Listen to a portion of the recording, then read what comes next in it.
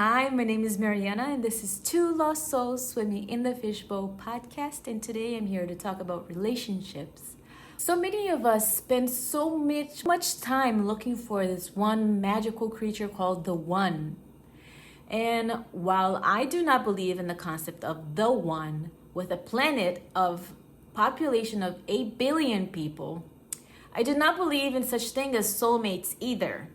While I know I'm not romantic, but it is practical. And if I think about love in some magical way that there's only one person for me that I'm searching for out there, like a magical soulmate creature that is just my perfect piece, like is just too much of a fantasy, right? And I'm limiting myself to someone who could just be regular and who complements me perfectly. Then we can consider that he's the one person who complements me and we get along okay, and that could be a great relationship. So what happens when we find someone and how do we know that they're the right person for us? How do we know we are compatible with each other?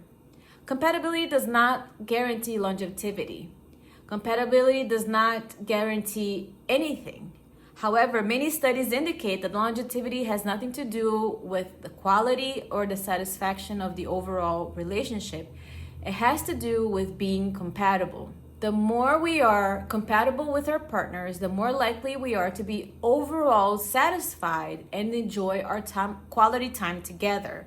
When we do find someone, how do we know we're the perfect match?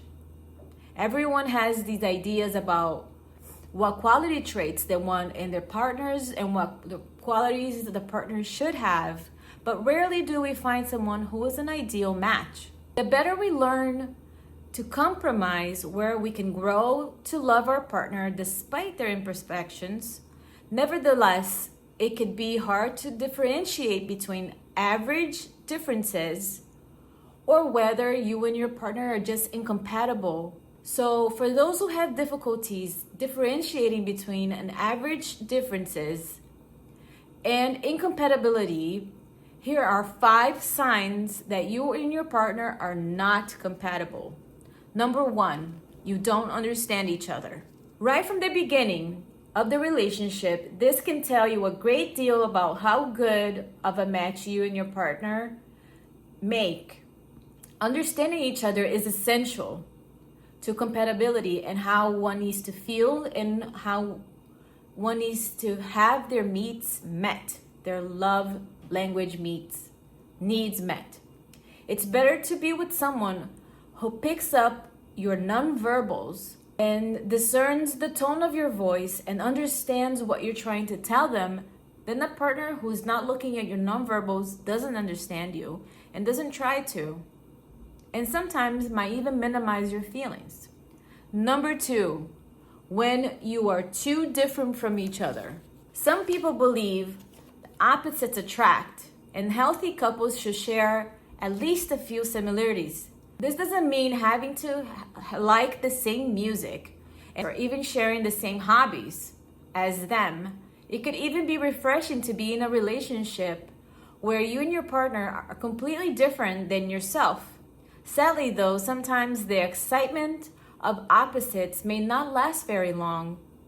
And if the similarities are too scarce or non-existent, once the newness and the shiny attraction wears off, then you're left with someone who just doesn't share the same humor, doesn't share the same interests or values, ideals or principles. This can make it difficult to relate to one another. An introvert cannot date an extremely extroverted person. It won't last. An introvert will become extremely annoyed that this person needs to go out all the time. And maybe that's what they initially like about each other, that the extrovert can get the introvert out of the house, but it'll eventually grow old and the introvert would just go back to wanting to be more at home and more with themselves or with another introvert that likes being home and more or less doing the same things or liking the same things. Number 3, you try to change each other and not grow and learn together. An important aspect of any relationship is A partner who gives you the drive and motivation to change for the better. And that is the point that individually you want for yourself, and your partner wants the same thing for you. Sometimes if your partner expresses irritation or dissatisfaction with the current version of yourself, it's generally ineffective and unsustainable if they force you to change solely because your partner wants it to, not because you want it to. You have to want to modify your behavior if you think your partner's irritations make sense. And it is your thoughts and your patterns of actions that you want to change, not your partner. And this could go for many things, whether it's the way you dress, the way you speak, or who you hang out with.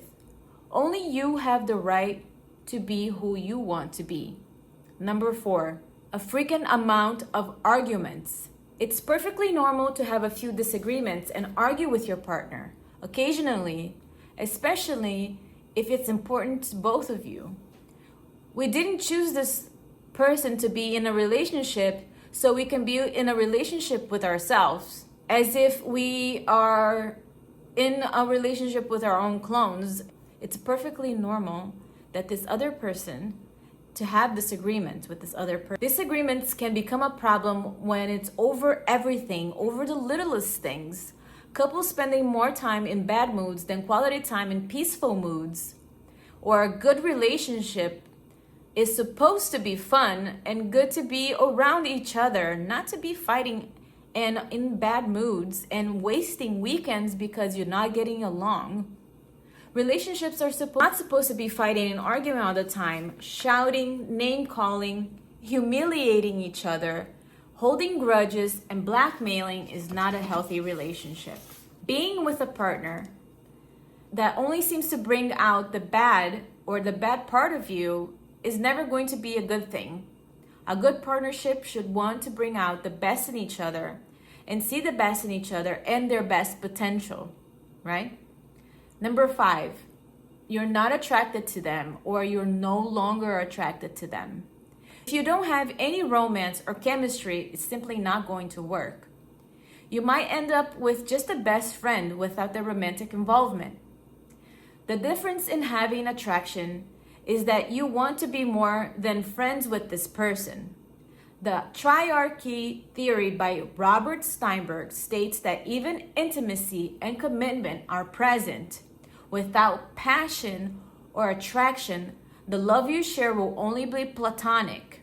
In the end, there is no such thing as a perfect relationship.